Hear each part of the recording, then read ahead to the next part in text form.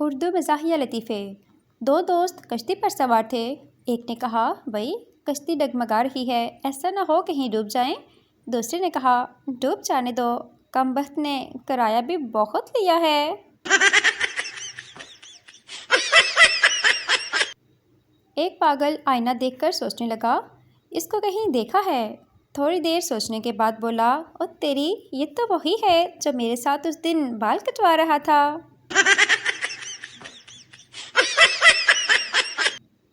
माँ बच्चे को पीट रही थी। बाप ने वजह पूछी। बीवी बोली, इसे कहा खूब पढ़, अच्छी बीवी मिलेगी। कहता है, अब्बू को पढ़ लिख के क्या मिला।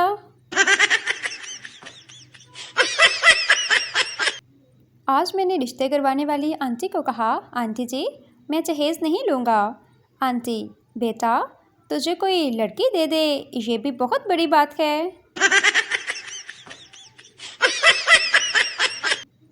जब तुम्हें कोई पागल कहे तो अफसोस न करना, हिम्मत से खड़े होकर बस यही सोचना, इन्हों किस पता लगा।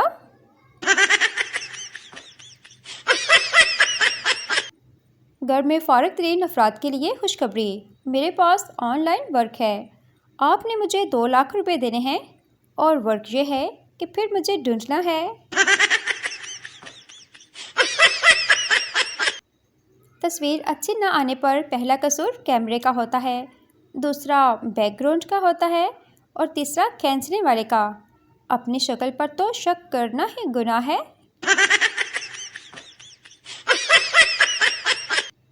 बीवी के होते हुए भी शोहर छुट्टी वाले दिन कपड़े धो रहा था। पड़ोसन को बहुत तरस आया और आहिस्ता से बोली, आप दूसरी शादी क्यों नहीं कर लेते। शोहर रोते हुए बोला, मैं इससे ज़्यादा कपड़े नहीं धो सकता। अल्लाह जाने वो कौन दोस्त हैं जो इकट्ठे होके हंजा कागान सवात जा रहे हैं। यहाँ तो किसी के पास पैसे नहीं, किसी के पास टाइम नहीं और किसी के अब्बा नहीं मान रहे।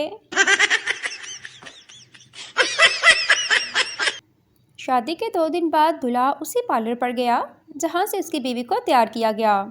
दूल्हे ने पार्लर की मालकिन को आईफोन गिफ्ट किया। पार्लर की मालकिन ने शुक्रिया अदा किया और उसने डिब्बा खोलकर देखा तो उसमें नोकिया 3310 निकला और इसमें एक पर्ची पे लिखा था, सेम फीलिंग्स। एक पठान के दोनों कान जल गए। डॉक्टर ने पूछा, आपके दोनों कान कैसे जले। पठान, और जी मैं कपड़े इस्त्री कर रहा था कि कॉल आ गई, मैंने गलती से फ़ोन की जगह इस्त्री कान से लगा ली। डॉक्टर, और दूसरा कान कैसे जल गया। पठान, क्योंकि डॉक्टर साहब कॉल दोबारा फिर आ गई थी और मैंने जल्दी में इस्त्री दूसरे कान से लगा ली। डॉक्टर, इधर फिटे मुँह तेरा। एक पठान बहुत कमज़ोर था। एक दिन लड़की वाले पठान को देखने आए तो लड़की के भाई ने पठान को देखा। वो खड़ा होकर बोला, हमने तो देख लिया, अब इस बेचारे को किसी डॉक्टर को दिखा लो।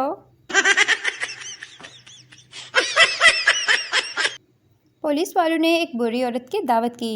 इंस्पेक्टर, माँ जी ये क्या है। बुरी औरत, मैंने दुआ मांगी थी कि जब मेरा घर बन जाएगा तो मैं 100 हरामजादों की दावत करूँगी, इसलिए मैंने तुम लोगों की दावत की। इंस्पेक्टर हंसते हुए बोला, माँ जी इतना तकल्लुफ़ क्यों किया, वापडा वाला एक ही काफ़ी है।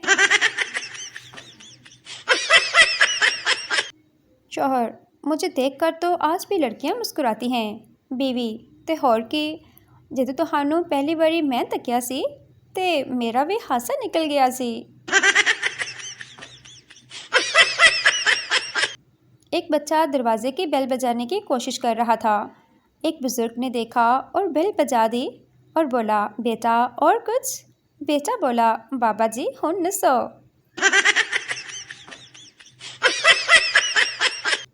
एक मर्तबा उर्दू के पेपर में लफ्ज़ शुदा के 4 लहक़े लिखने को कहा गया। एक लड़के ने जवाब में लिखा, शादीशुदा, तबाहशुदा, गुमशुदा और ख़त्मशुदा। अगले रोज़ उस्ताद मोहतरम ने पेपर चेक करके वापस कर दिए और लड़के को लहक़ों वाले सवाल में 4 में से 8 नंबर मिले थे। लड़के ने उस्ताद से अज़ाफ़ी नंबरों के मुतल्लिक़ पूछा तो हंसकर कहने लगे, बेटा 4 नंबर दुरुस्त जवाब के हैं और 4 नंबर दुरुस्त तरतीब के। अंग्रेज़ों ने अपने बड़ों की कदर नहीं की। आइंस्टाइन और न्यूटन हमारे यहाँ पैदा होते तो हम उनका सालाना उर्स मुनक्किद करवाते। हज़रत बाबा न्यूटन सेबों वाली सरकार और हज़रत बाबा आइंस्टाइन बल्बों वाली सरकार। दो लड़कियां बस में सीट के लिए लड़ रही थी। कंडक्टर, क्यों लड़ रही हो? जो उम्र में बड़ी है वो बैठ जाए। बस फिर क्या, दोनों पूरे रास्ते खड़ी रहीं।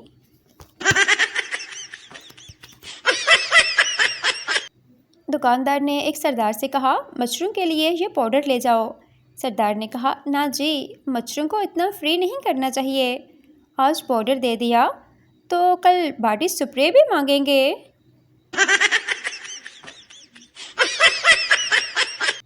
एक बार एक इंजीनियर अपनी चारपाई पर मच्छरदानी लगाकर लेटा हुआ था। उसकी मच्छरदानी में एक सुराख था। मच्छर बार बार उस सुराख के ज़रिए अंदर आ जाता।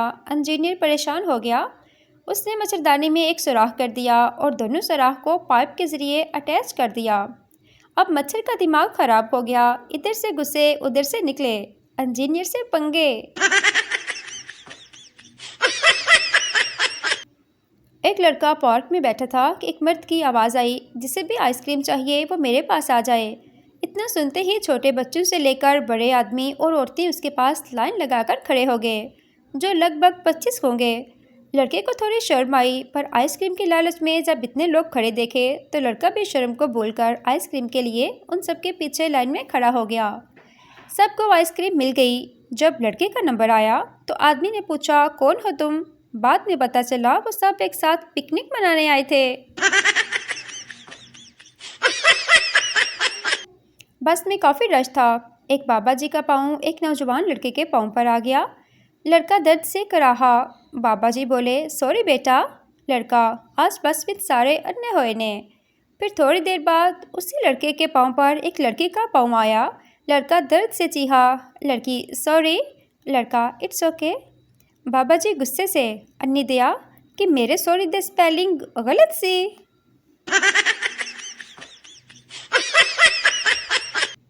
लड़की मोबाइल पर पप्पू से बोली, तुम मेरी नींदों में, ख्वाबों में और जज्बातों में रहते हो।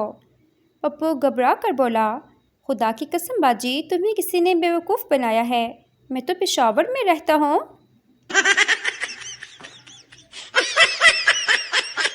एक बच्चा घर से मार खाकर स्कूल जा रहा था। रास्ते में एक अंकल ने पूछा, बेटा स्कूल पढ़ते हो? बच्चा, नहीं, यूनिफॉर्म पहनकर मुजरा करने जा रहा हूँ।